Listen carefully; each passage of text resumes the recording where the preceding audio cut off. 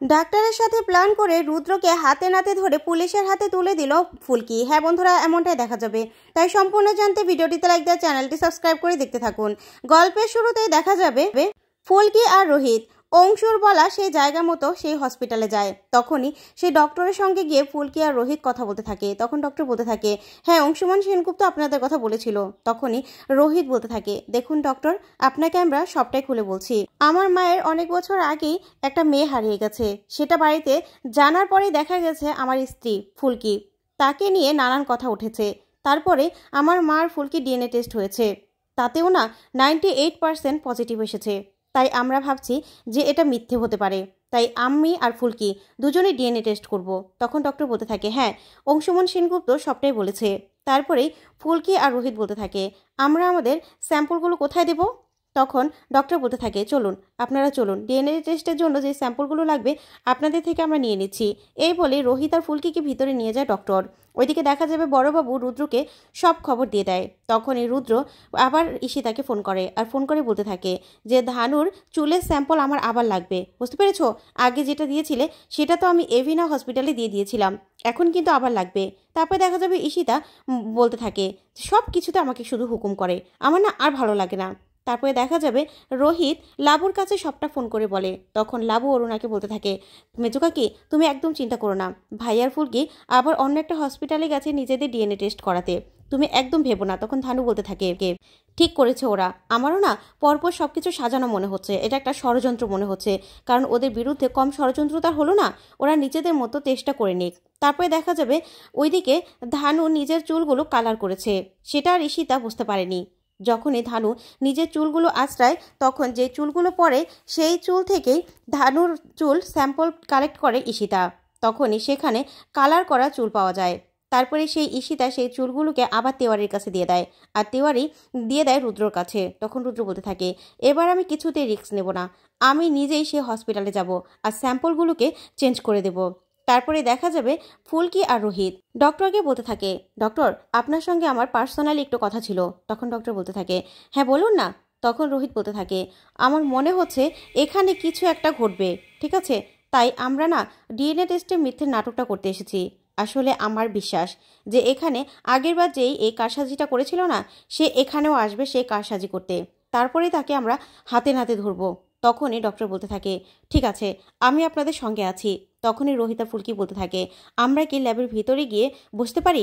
তখনই ডক্টর বলতে থাকে, হ্যাঁ হ্যাঁ আপনারা অবশ্যই ভিতরে গিয়ে বসুন, আপনারা লুকিয়ে পড়ুন, ঠিক আছে, দেখি আপনার আর আপনার হাজব্যান্ডের স্যাম্পলগুলো আমি ভিতরেই রাখছি, দেখি কি হয়, নাম লিখে রাখছি।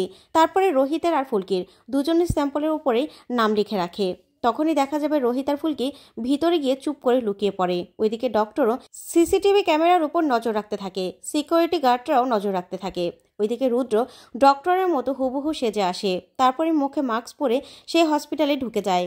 তখনই কেউ কোনো সন্দেহ করে না, কিন্তু ফুলকি আর রোহিত ঠিকই বুঝতে পারে। তখনই রোহিত বলতে থাকে, আচ্ছা ফুলকি তোমার কি মনে হয় আসবে?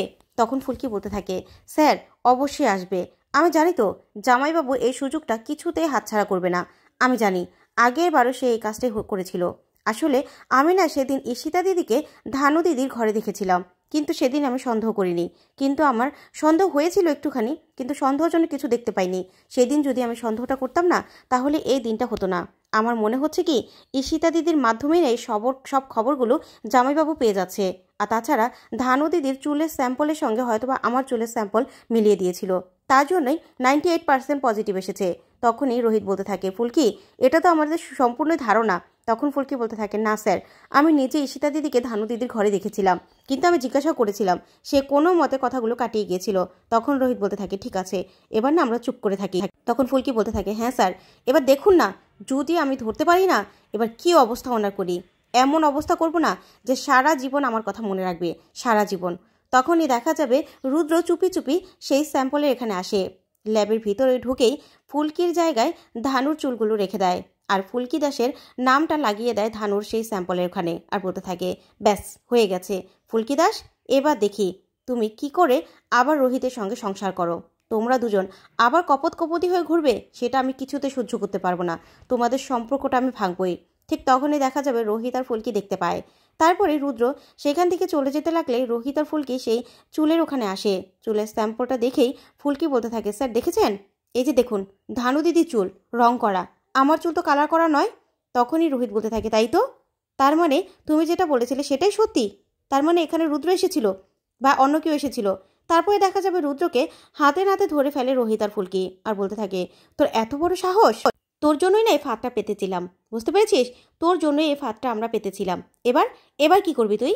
তখনই রুদ্র ভয় পেয়ে যায় আর মনে মনে বলতে থাকে, সর্বনাশ করেছে, আমি তো ওদের পাতা ফাঁদে পা দিয়ে ফেলেছি, এবার কি করব আমি? এই বলে রুদ্র পালাতে যায়। তখনই রোহিত রুদ্রর কলাটা চেপে ধরে আর বলতে থাকে, তোর এত বড় সাহস, তুই আমাদের বাড়িতে আবার ঈশিতাকে ঢুকিয়েছিস এই জন্য, তাই তো, এই জন্য কোনো খবরাখবর নিতে পারছিলি না, এখন ঈশিতাকে জেল থেকে এনে তারপরে আমাদের বাড়িতে রেখেছিস। এবার ঈশিতাকেও উচিত শিক্ষা দেব আর তোকেও দেখ না কি করি। তারপরেই রুদ্র কলার টানতে টানতে থানায় নিয়ে যায় রোহিত আর বলতে থাকে, বড়বাবু কোথায়? তখনই বড়বাবু রুদ্রকে এই অবস্থায় দেখে চমকে যায় আর বলতে থাকে, কি আপনি রুদ্র সান্যালকে এভাবে ধরে কেন এনেছেন? হ্যাঁ? তখনই রোহিত বলতে থাকে, কেন এনেছি সেটা রুদ্রকে জিজ্ঞাসা করুন না। তখন রুদ্র বলতে থাকে, বড়বাবু ওরা চক্রান্ত করেছে। তখন বড়বাবু বলতে থাকে, দেখুন ছাড়ুন, কলাটা ছাড়ুন। তখন রোহিত বলতে থাকে, বড়বাবু ঠিক হবে না কিন্তু, আপনি ওকে এখনই অ্যারেস্ট করবেন, কারণ আমরা কেস করব। ওর এত বড় সাহস, আমার আর ফুলকির সম্পর্কটা নষ্ট করে দিতে চেয়েছিল। ওকে এত বড় সাহস কে দিয়েছে? ও ফুলকির চুলের জায়গায়, স্যাম্পলের জায়গায় ধানুর চুল রেখেছিল। তখনই রুদ্র ভয় পেয়ে যায়।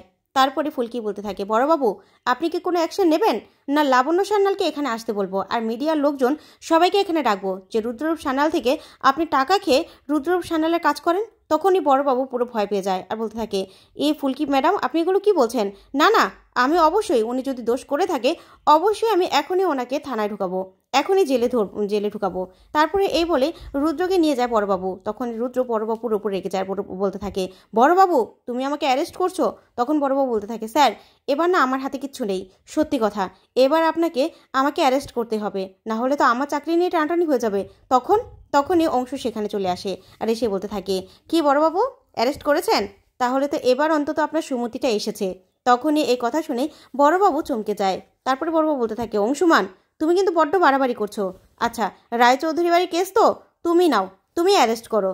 তখনই অংশু রুদ্রকে নিয়ে জেলে যায় আর বলতে থাকে, নিন স্যার এবার ঢুকে পড়ুন, আর এবার দেখি আপনাকে এখান থেকে কে বের করে। তখন রুদ্র বলতে থাকে, অংশুমান সেনগুপ্ত বড্ড বাড়াবাড়ি হয়ে যাচ্ছে, আমাকে কিন্তু তুমি এখানে আটকে রাখতে পারবে না, বুঝতে পেরেছো? আমি এখান থেকে বের হবই, তারপরে তোমাদের এমন অবস্থা করব না।